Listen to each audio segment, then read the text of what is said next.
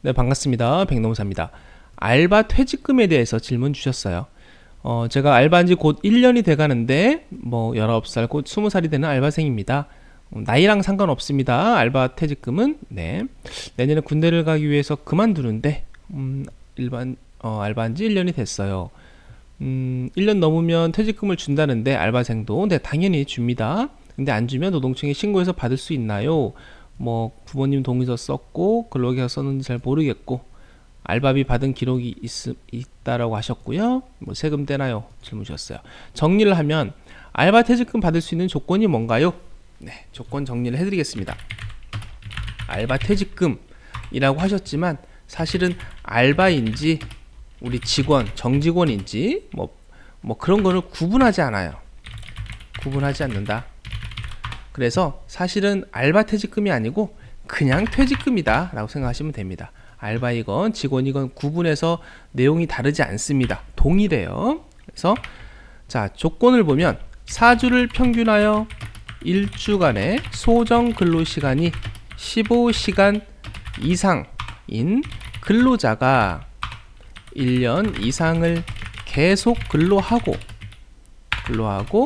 퇴직을 하면 발생이 됩니다. 비로소 발생이 되는데요. 자, 제가 4줄에 걸쳐서 이렇게 설명을 드렸어요. 4주를 평균하여 1주간의 소정근로시간이 15시간 이상일 것. 이게 첫 번째 조건이에요.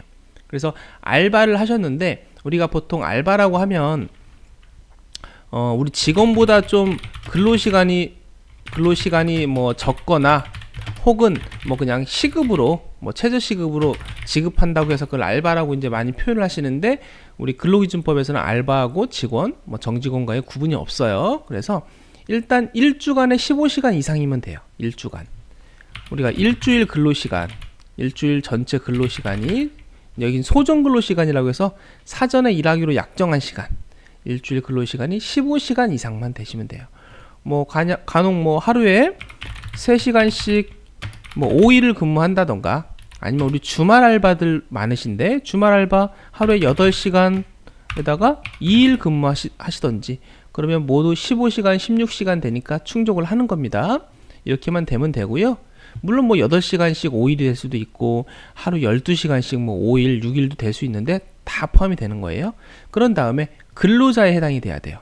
그래서 우리가 그냥 이런 패스트푸드점이라던가 식당 같은 데서 근무하시면 다 근로자이시고요. 문제 없고 그 다음에 1년 이상을 계속 근로를 하셔야 돼. 여기서 이제 계속 근로라고 하는 건 게 중요한데 중간에 퇴사하고 재입사하지 않아야 돼요. 네, 재입사했으면 다시 카운트가 들어가는 거거든요. 날짜가. 그래서 1년 이상 계속 근무한 기간이 있으면 됩니다. 그러니까 선생님 1년이 다 돼가는데 중간에 퇴사했다가 다시 들어온 사실이 없으면 되고 만약에 그런 사실이 있었다면 이제 퇴직금이 발생이 안 되겠죠. 이 세 번째 조건을 만족을 못 하니까. 그다음에 마지막으로 퇴직을 하면 발생이 돼요. 퇴직을 안 하고 계속 근무 중에는 1년이 넘더라도 지급하지 않습니다. 네. 그래서 이 4가지만 만족하면 되거든요. 그래서 첫 번째 알바 퇴직금 받을 수 있는 조건, 알바건 직원이건 동일하다. 이 조건만 있으면 됩니다. 근로계약서 안 써도 퇴직금 받을 수 있나요? 라고 하셨는데요. 제가 여기 보면 4가지 조건 중에 근로계약서를 써야 된다는 얘기가 없죠? 네. 근로계약서 써야 된다는 얘기 없고 그 다음에 우리 4대 보험 가입을 해야 된다는 얘기도 없고 그 다음에 수습기간은 뺀다라는 얘기도 없고 그쵸? 그래서 근로계약서 작성 여부, 4대 보험 가입 여부, 수습기간 포함하는지 안 포함하는지 수습기간 당연히 포함을 하고요. 그래서 얘네들은 여기 퇴직금 조건에 전혀 안 들어가니까 걱정하지 않으셔도 됩니다. 퇴직금 받을 수 있고요. 그 다음에 원래 미성년자 알바비에서 세금을 떼나요? 월급도 아니고 시급인데요 라고 하셨는데 우리 이제 잘 모르실 수 있지만 사회생활을 많이 안 하셔서 세금이라는 게 이제 우리가 이걸 소득세라고 그래요. 소득세라고 하는데 이 일을 해서 이제 돈을 받으면 이걸 근로소득이라고 하는데 소득이 발생이 되면 소득세도 당연히 따라옵니다. 이제 사업장에서 사장님이 이제 소득세를 공제 안 하고 이제 세무서에도 신고 안 하는 경우도 있지만 원칙은 사장님이 소득세를 이렇게 원천 징수라고 하거든요.